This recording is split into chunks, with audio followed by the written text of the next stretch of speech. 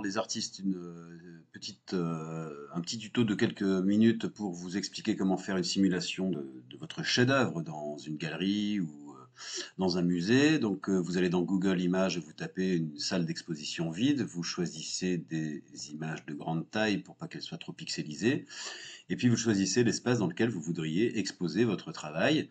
Vous pouvez rajouter évidemment d'autres éléments, des socles ou quoi que ce soit. Vous pouvez également utiliser un autre logiciel si vous êtes habitué à utiliser un autre logiciel. Mais là, je vais vous montrer comment travailler avec GIMP. Alors, moi, je vais sélectionner cette image-là, par exemple, pour simuler. Alors, j'ai créé un dossier exposition troisième sur mon bureau et j'enregistre cette image-là. Alors, elle n'est pas libre de droit, mais c'est pas grave pour ce travail-ci.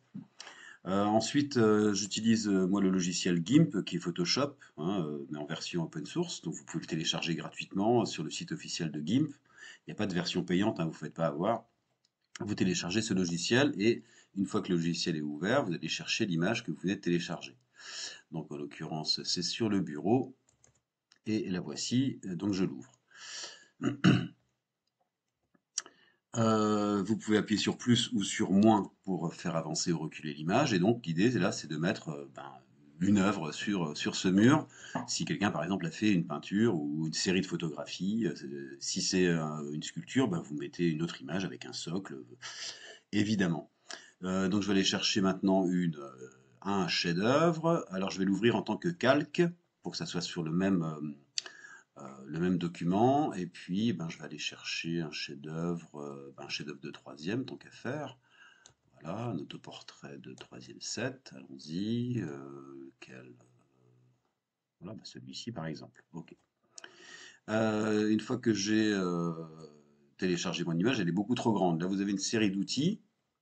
Si je clique droit, donc il va me proposer, il faut cliquer droit, hein, va me proposer un certain nombre d'outils. Moi, je veux la redimensionner et je vais redimensionner mon image, tout, voilà, jusqu'à ce qu'elle fasse la taille.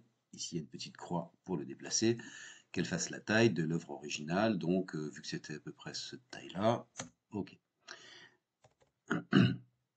Ensuite, je vais la faire pivoter. Donc, vous avez un autre outil ici pour la faire pivoter, hop, pour la mettre évidemment comme il faut sur le mur. Et on fait entrer à chaque fois.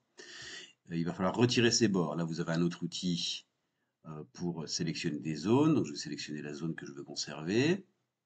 Voilà. Et je fais un couper-coller. Donc, CTRL X, CTRL V. Et je me retrouve avec une sélection flottante ici dans les calques qu'il faut renommer. Alors, je vais l'appeler 1. Voilà. Si on ferme l'œil du calque d'en dessous, ça retire ce qui était précédemment sur l'image. Maintenant, vous voyez, il y a une perspective. Donc, il va falloir la mettre en perspective, cette image. Toujours au même endroit, je clique droit et il va y avoir transformation 3D. Voilà, je clique dessus. Et maintenant, en étirant, je vais pouvoir la mettre dans l'axe que je veux. Voilà, donc on va pouvoir. Je fais CTRL Z pour la remettre. Et on va pouvoir donc là mettre la perspective qui correspond un peu à la perspective du mur. Ça devrait être quelque chose à peu près comme ça. Je fais entrer. Bon, c'est pas tout à fait correct là. Prenez le temps de faire ça bien. Voilà, donc c'est fini. Ça permet de voir un peu comment ça serait exposé, l'endroit, le rapport au spectateur. Ça peut être des images avec des personnages d'ailleurs, ça permet de voir l'échelle. Et une fois qu'on a fini, on fait exporter l'image. On nomme son travail, donc un chef-d'œuvre. Hein. Voilà, chef-d'œuvre.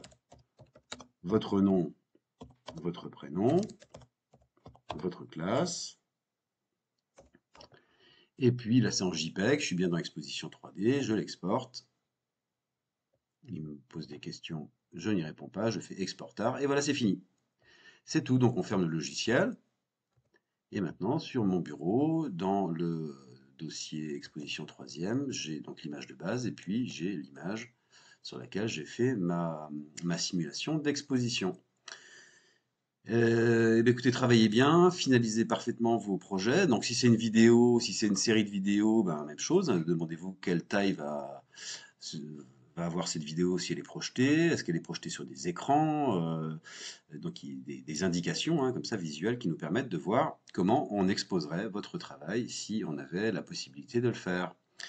Travaillez bien et donc à lundi, dernier délai pour le rendu définitif de ce travail. Évidemment, il y a la simulation de l'exposition, mais il y a également des images nettes, précises et variées de votre travail pour que j'arrive à visualiser la totalité de